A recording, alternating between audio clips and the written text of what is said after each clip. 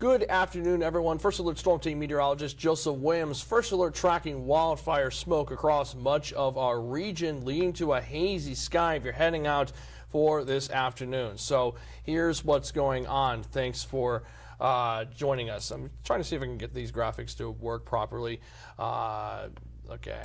Let's see. I'm trying to see if I can get these graphics working properly. But basically, yeah, we're tracking wildfire smoke across our region this afternoon. Here we go. Thanks for joining us. First Alert StormTeam meteorologist Joseph Williams talking about the wildfire smoke this weekend, along with rain chances this weekend and next week. So let's briefly touch upon the wildfire smoke. We've seen this haze rolling in from Canada over the past few days, leading to milky skies and poor air quality across the region. In fact, look behind me. This is our map showing that wildfire smoke across the region. So basically, you have like your air quality index. The orange color represents unhealthy for some.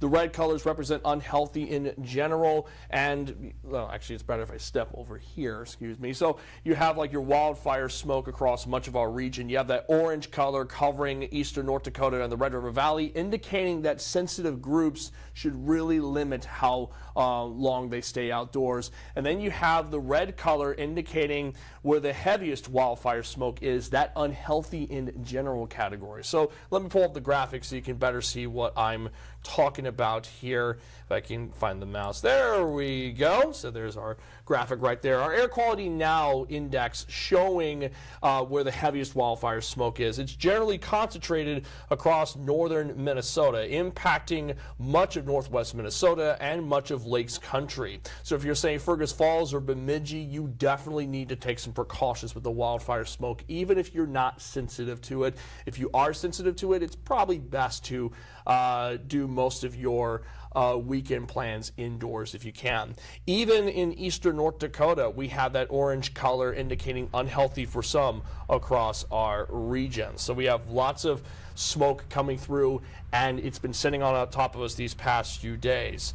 So what's going on? I'm seeing if this iPad is working. It should be working, but basically we have wildfire smoke making its way into our region.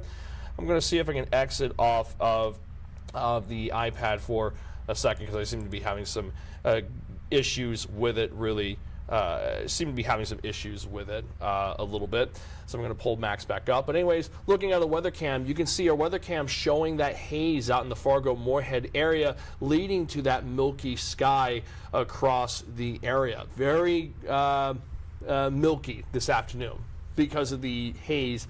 And that just indicates how much air pollution is lingering on top of the Fargo-Moorhead area, which means, again, if you are sensitive to that wildfire smoke, you need to make sure to take some precautions. I think I got our graphic system working again. So this and something worth pointing out is that it's not just impacting the Fargo-Moorhead area. We're not just seeing this heavy smoke in North Dakota and Minnesota.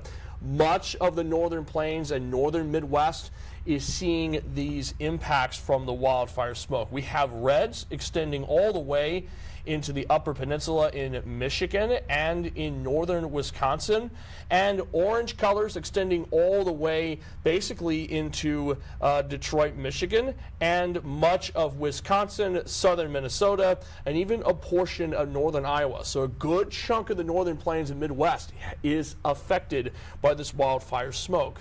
And in fact, like the weather cam was showing, it's thick enough that it's actually lowering visibility in some spots. That's why we have, those visibility issues, like seeing a visibility of 7 miles in Fargo, 5 miles in Fergus Falls, 7 miles in Jamestown, and that's going to be well into the weekend. So that's why we have air quality alerts in effect for Minnesota until 12 p.m. Monday. Remember, North Dakota doesn't issue air quality alerts, but if it did, I suspect we would probably have air quality alerts in effect for at least eastern North Dakota for that same period of time, 12 p.m. Monday. And that's because, again, that wildfire smoke is expected to stick around for the next couple of days.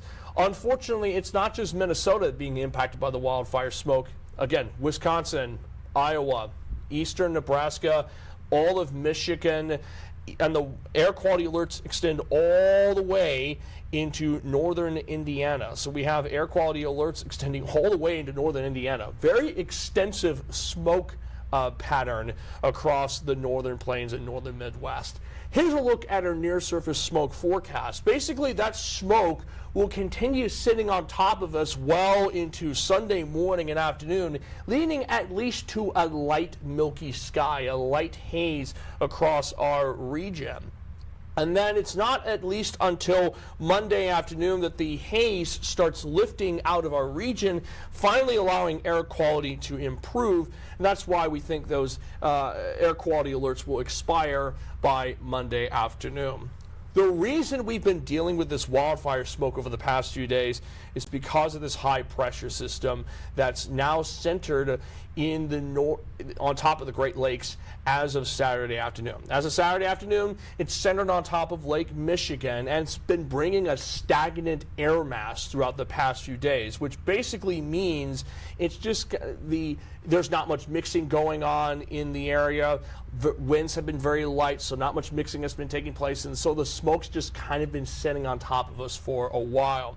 But as this high pressure system moves east, and we have a frontal boundary and a low pressure system building out west, that more mixing should take place, which means we will see that wildfire smoke beginning to break up. However, in return, disturbances associated with this frontal boundary out west will make their way into our region, bring some rain chances. And in fact, let's take a closer look at some rain showers right now. We mainly have rain showers moving through central South Dakota, but some of this moisture will start making its way into our region over the next few hours, and this will be our first round of several rounds of rain as we head into the latter half of the weekend and next week.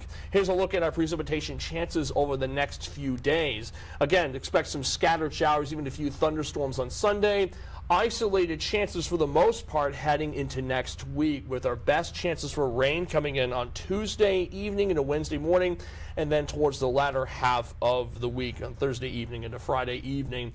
Here's a look at our first round of rain. Again, remember those showers out in South Dakota. Some of that moisture is going to make its way into southeastern North Dakota as we head into Saturday evening and overnight. And notice, in fact, that we even see some good classic summertime thunderstorms moving through northeastern South Dakota and the North Dakota-South Dakota border as we head into Sunday morning. So overnight into Sunday morning, expect some thunderstorms in the southern half of our region.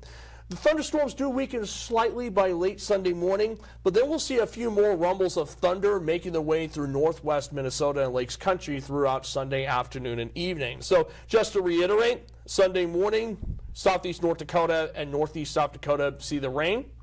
By Sunday afternoon and evening, the thunderstorms are moving into Lakes Country and parts of northwest Minnesota.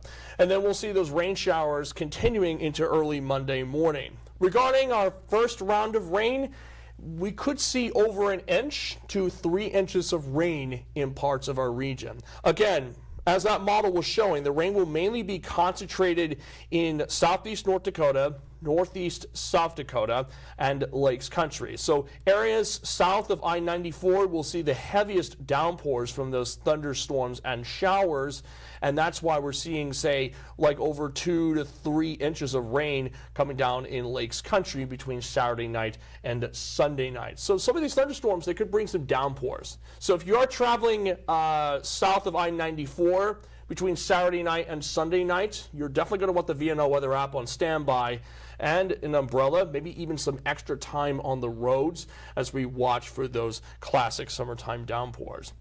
After Monday morning, we'll see a few more lingering showers in western Minnesota Monday afternoon and evening, but rain chances then continue throughout Tuesday afternoon. Tuesday night and Wednesday morning, a frontal boundary brings some more showers and thunderstorms into our region, leading to yet another round of rain. Few lingering showers Wednesday afternoon, drying out Wednesday night, and then we'll see a few more showers and thunderstorms Thursday night, Friday evening, and maybe even into the weekend. So expect some more on again, off again rain chances throughout next week, heading into the second weekend of August. In other words, an active, unsettled weather pattern. Regarding temperatures, morning lows will be in the low 60s, like 61 in Fargo, 63 in Wahpeton, and, well, we will see some haze throughout Sunday afternoon, along with those scattered showers and thunderstorms, too. Temperatures will be in the low 70s for the afternoon high. By Monday, we'll still be in the mid-70s, like 74 in Fargo and Grand Forks, but rain chances will also be much lower. Just looking at a few lingering showers in Minnesota for Monday afternoon. So let's recap. Tracking wildfire smoke over the next couple of days, which means you'll want to plan for that wildfire smoke if you are sensitive to air pollution. And again, thankfully the smoke should clear out by Monday, but in return we'll see showers and thunderstorms, mostly in the southern areas of our region, Saturday night into Sunday night, and then some more on again, off again rain chances as we head into next week. So keep the VNO weather app on standby for the next few days at least. Now I'll be doing Valley News Live at 6, 9, and 10 for tonight, and I'll be on Valley News Live at 9 and 10 for tomorrow evening. So keep the VNO weather app on standby. I'll give regular updates on the VNO weather app too. And again, I will be on all shows for tonight and tomorrow night too. So make sure to tune in to watch those shows if you want a summarized version of our First Alert forecast as we head into the next couple of days. In the meantime, have a great rest of the weekend. If you're not able to watch any shows for the weekend, make sure to be safe out there.